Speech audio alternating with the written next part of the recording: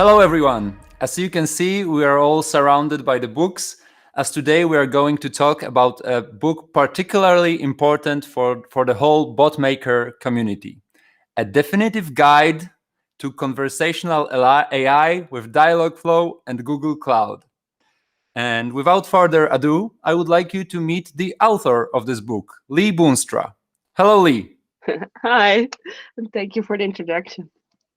Lee, can you tell us a bit more about yourself and especially what do you do at your work at Google? Sure. So I'm a developer advocate for Google, and I am focusing specifically on conversational AI and for Google or Google Cloud. That is Dialogflow, but also speech technology and contact center technology. Um, I've been working at Google now for 5 years. I started as a sales engineer specifically on cloud, but it was in the time when Google Assistant just started to become popular. And I grew with the product into a developer advocate role, which I'm doing now for almost 3 years. And I speak with the audience about Dialogflow. I present a lot. I write a lot. I wrote a book. And the feedback that I get from the community, I take that back to our engineering teams. Great. So the book title is A Definitive Guide. That sounds pretty serious. So can you tell us a bit more? What is this book about? Yes, and I know it's like a whole mouthful. It's also a big book, but yeah, this is a book, and I would say it's mostly for practitioners on how you can create chatbots with Google. And I try to focus a lot on enterprise use cases. Um, so not the hello world demos, but really like what are the problems in real world, and how can we help you with that? So this book is all about Dialogflow, other conversational AI tools within Google. Think of contact center AI, speech technology, but also how you can use other parts of the Google Cloud like BigQuery or Kubernetes to build your chatbots. Mm-hmm. You mentioned it's mostly for practitioners, but in terms of expertise, is it okay for absolute beginners, and will experienced bot makers also find something for them? Yes, it's a very broad audience that I wrote this for, and I would say definitely in the very early chapters, it's like for very written for absolute beginners. So whether you're a UX designer or a linguist, or later if you're a bot engineer or a backend developer, or maybe even a project manager or a business owner or a CTO, like this book, everybody can learn something out of the book. I would say the last couple of chapters of the book, those are really focused on developers. So that is more like on how you can create your own integrations or build the webhooks or secure. And the beginning part is, more the explanation, the idea behind chatbots and machine learning, because it's all about AI, and how tools like Dialogflow, how it works and how you can use it to build your own chatbots. And is it more for creators of voice experiences or for textual chatbots, or maybe both? How do you feel? I would say it's for both. If you think of it like from an architectural perspective, building a bot, whether that's a voice bot or a textual bot, is kind of the same. Of course, you can brand it out and optimize it for the channel. So if you build a chatbot for a telephone contact center, obviously you make it you make it sound nice. Where for on a text bot, you probably create nice widgets around it. But the whole idea behind it, like building the chatbot, which you will probably do with Dialogflow, or that's what the book explains, that's about the same. So the book is for both. Mm-hmm. The chatbot industry is pretty new, so every bot maker has his own history. And I'm really curious, what was your story? So how and when did you first become interested in conversational AI? Yes. So as I mentioned earlier, I started at Google in 2017 as a Google Cloud sales engineer. And I was supposed to talk about Google Cloud, but it was in the same time when the Google Assistant was created. We just released the Google Assistant on the Pixel phones, and the Google Home just came out. And that was the time when I thought like, oh, I want to build my own apps or actions for the Google Assistant. So I tried to do that. I wrote some workshops, and by that time, because it was so new, every company in Europe, they wanted to have me over to run that workshop for them, and that way I became like the expert within Google on Dialogflow, helping all these businesses and companies. And I would say a majority of these businesses were banks and insurance companies, like the big old-fashioned enterprises. Building chatbots, and that's how I rolled into the conversational AI space, and that's also what eventually gave me the developer advocacy role that they created specifically for me to talk even more about Dialogflow, because that's the thing I love. Okay, so probably you first came across Dialogflow while working at Google. Yes, because Dialogflow back then was called API.ai. That was acquired by Google in 2016. And since the Google Assistant and Dialogflow, or back then API.ai, are both Google products, they work alike very well. And back then, Dialogflow, that was the only way on how you could create your own Google Assistant actions or apps. Nowadays, there are other ways how you can do that as well, but Dialogflow is still like a very prominent in this space. We have over 1.7 million users. That's how I got to learn Dialogflow. The name got renamed soon after the acquisition. So, what triggered you to write a book about Dialogflow? Did someone or something inspire you to do that? It was always on my mind to write a book about conversational AI. I have written a book in the past for O'Reilly. It was about mobile apps. It was a long time ago. So people knew that I love writing. And they always ask me, so Lee, when is the Dialogflow book coming out? But I also know, like, it's a lot of work. It costs me a lot of time, a lot of effort. And obviously I'm always busy. But then, the COVID-19 hit in 2020. So all my conferences and events were all canceled because of COVID. So suddenly I had like lots of time. And then that was the moment that I thought, like, you know what, maybe I should start writing the book. And what happened actually it was also in the time that I just got pregnant. I wrote the book, and what I thought that was a nice idea is, because this is my passion project, and I write this book for the community, is that I am donating all the proceeds of the book, of all my royalties, to charity.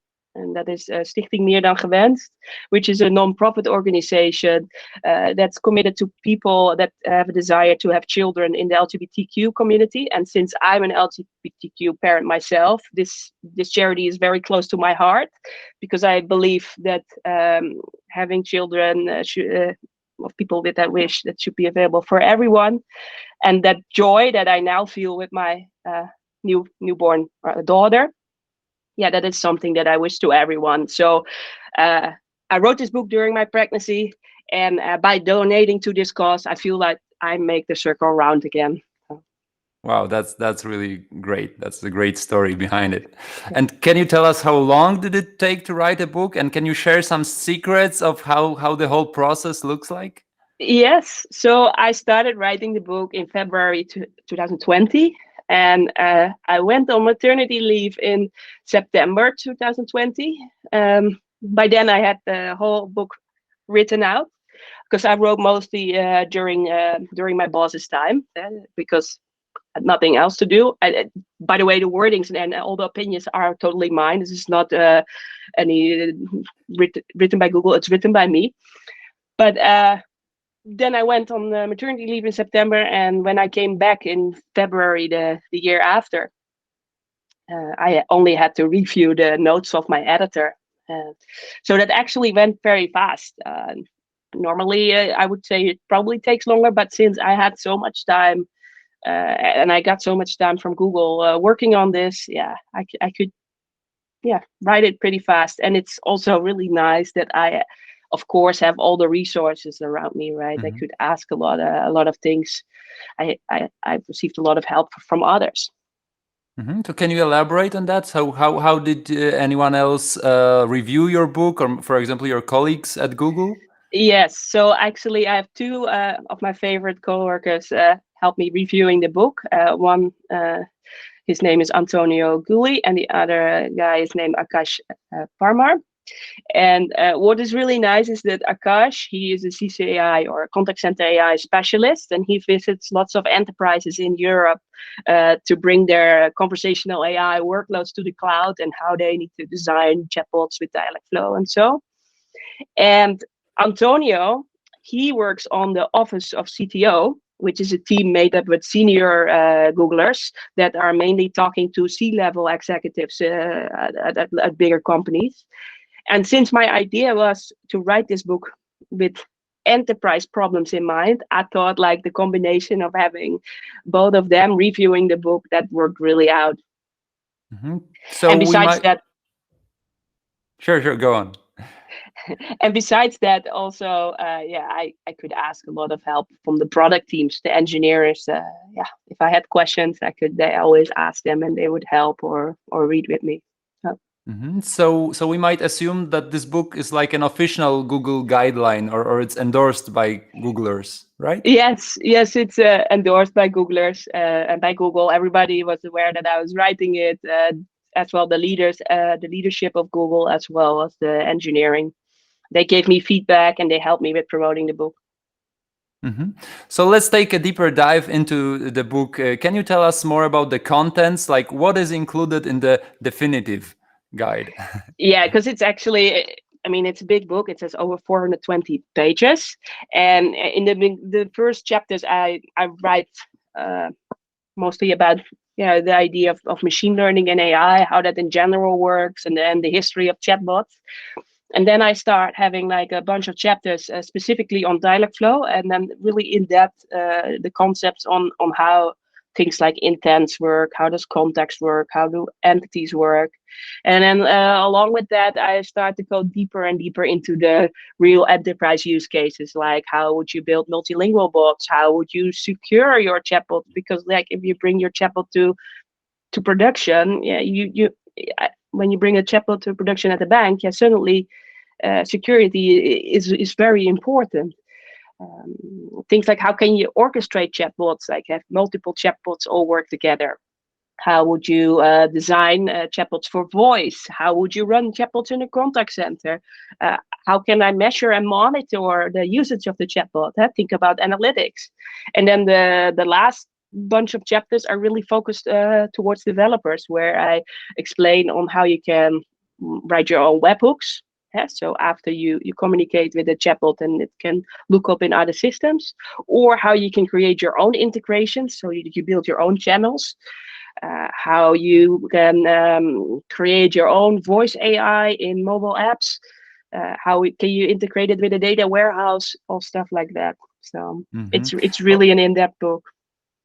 And I think I would like to stress that I find it really valuable here, because most of the books are something like Chatbot 101, but you went much deeper, and that's really great. And out of all those things, which do you find most difficult, and which do you find most important for chatbots to succeed? Yes, that's a very good question. What I personally found the most difficult was chatbot security, and that is just because I don't have a computer networking background. So that made it for me very easy that I could ask Googlers around and that are familiar in that space, like, well, how would I make it secure?